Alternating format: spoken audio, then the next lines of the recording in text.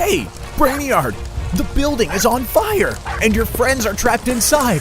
After trying the front door, it seems it's stuck. Things are looking really dire now, but what's this?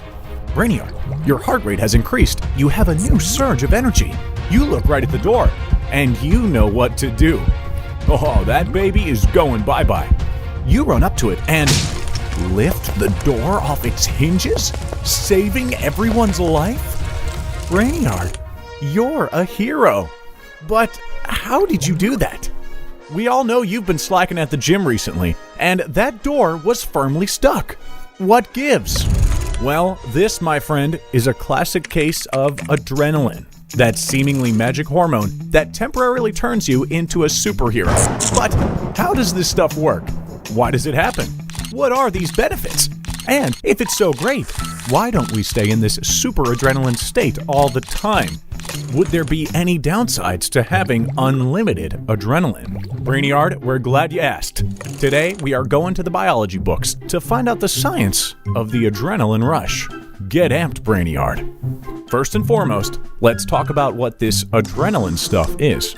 We've all heard of the boost to your system that comes with the legendary adrenaline rush. At first glance, this stuff seems kind of magical, almost like a real-life version of becoming the Hulk, just without the anger stuff, or the increased height, or the green body, or suddenly losing the ability to talk in complete sentences. But the truth is that this is a naturally occurring hormone in the human body. It's no surprise that adrenaline, also called epinephrine, comes from our adrenal glands, which we have two of. These glands are located above each kidney. When activated, adrenaline is released into the bloodstream and prepares the body for the infamous fight or flight response. But what exactly does this hormone do? Well, your pupils enlarge, heart rate quickens, blood pressure rises, and extra blood will be sent to your muscles, which temporarily changes your metabolism. The goal of this change in metabolism? To make sure that your body's levels of blood glucose are nice and high. Your body is about to need a big boost in energy, and all that extra sugar will definitely be used by your cells.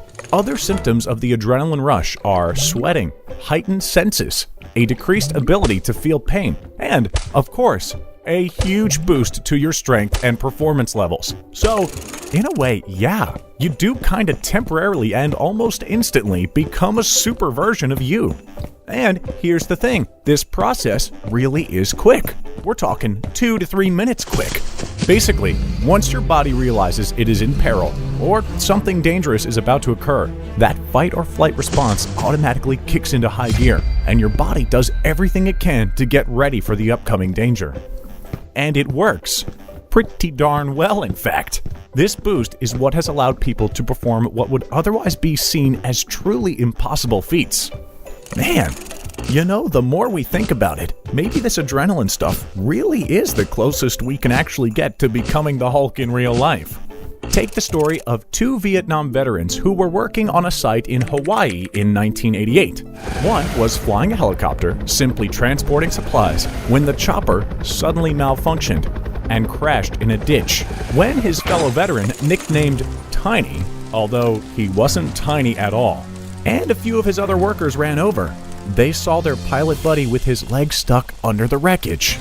Well, adrenaline kicked in, and believe it or not, Tiny was able to lift the helicopter just enough off of his friend for him to get free. Incredibly, he sustained only minor cuts and bruises. And Tiny? Well, he simply went back to business as usual, but became a legend almost instantly. This isn't the only case of adrenaline turning someone into a super strong, fearless savior of those in peril. A fire chief in Hinsdale, Illinois was on the job responding to a car crash. The driver had hit a guardrail and was trapped inside the car. Other responders had tried to move the doors, but they couldn't risk moving them in such a way that they would hurt the driver. When the chief arrived, you guessed it, adrenaline kicked in, and he strolled right up to the doors of the car and ripped them off, saving the driver. But these two stories are nothing compared to the real-life heroics displayed by 2 suburban mothers and a father who saved the life of a nearby child. They heard the cries of a nearby child saying he was trapped underneath a car. But guess what? The legendary rush kicked in, and these three seemingly average, everyday folks became real-life heroes and lifted the car. You heard that right. They lifted the car, and the child was able to be pulled free, safe as can be. It seems almost too good to be true, huh, Brainiard? But we know you. We see where your mind is headed. You wish you could have this adrenaline rush all the time. You want unlimited adrenaline. And who wouldn't? You'd become a helper to those in need, a defender of justice, a fearless fighter who fights for friends and family forever. Well, we hate to break it to you, adrenaline doesn't work that way. And as with everything in life, too much of a good thing can be bad. As you can imagine, this sudden spike of energy, fueled by your body upping the glucose levels in your bloodstream, can lead to a pretty significant crash a few minutes after the rush has run its course. Think of that crash that occurs after eating too much sugar and, well, magnify that by a lot. Also, this adrenaline stuff, if released when there's no danger or real need to use it, can cause pretty severe anxiety, increase stress levels, and overall, cause feelings of terror. It's not fun. And here's the thing, to the body, stress is stress. And many times, we get the adrenaline rush when we don't need it. Whether you are standing 1 foot away from an angry grizzly bear or about to start your final exam, your body doesn't know the difference. And the fight or flight response in a non-fight or flight scenario can be pretty darn damaging to your system if it keeps happening.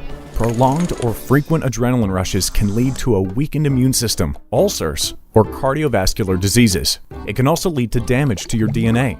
And when there's damage to your DNA, this can cause premature aging, depression or anxiety, and even tumor growth. It's something to look out for, Brainiard. We've all heard being stressed was bad, but we bet you didn't think it would be this bad. So, what can you do to not be in this life-saving state when there's no life-threatening dangers around you? Research has shown that tried-and-true relaxation techniques are the best way to keep yourself cool under pressure, and thus healthy in the long term.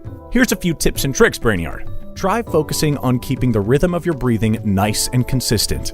Holding your breath or trying to take huge breaths? Oh no, that's a no-no. Also, a technique called progressive relaxation may be your ticket to calming down when that adrenaline rush rears its head before something like public speaking, which, by the way, studies estimate that 75% of people have a fear of.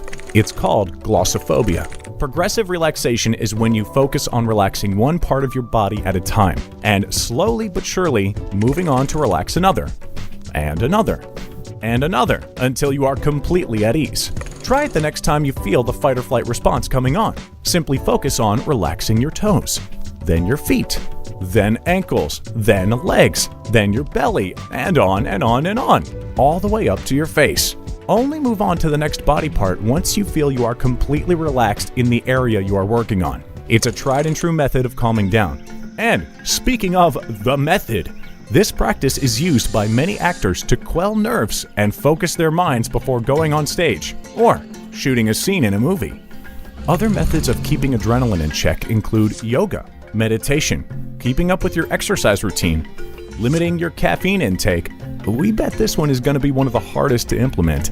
And also avoid being in front of screens like your phone before bedtime. A good night's rest will keep you calm and focused throughout your day, and keep you in that zen headspace before you have to give that big presentation before work. If you find that you are particularly stressed often and relaxation techniques aren't working, it may be time to see your doctor. High blood pressure is nothing to take lightly. It can lead to heart attack, stroke, heart disease, kidney disease, and aneurysms. Your doctor may recommend medication or therapy to help you manage the stress you are under. Take care of yourself, Brainiard. We want you to live as long as possible so we can keep putting you through crazy scenarios for science. I mean, because we like you so much. Well, it seems like adrenaline is a pretty amazing and incredible hormone. It has saved countless lives, from giving you the quick boost in energy and speed to dodge a car that veered off the road, to being able to have temporary strength that you didn't even know you had, thus allowing you to lift otherwise impossibly heavy objects off the ground to save those in need.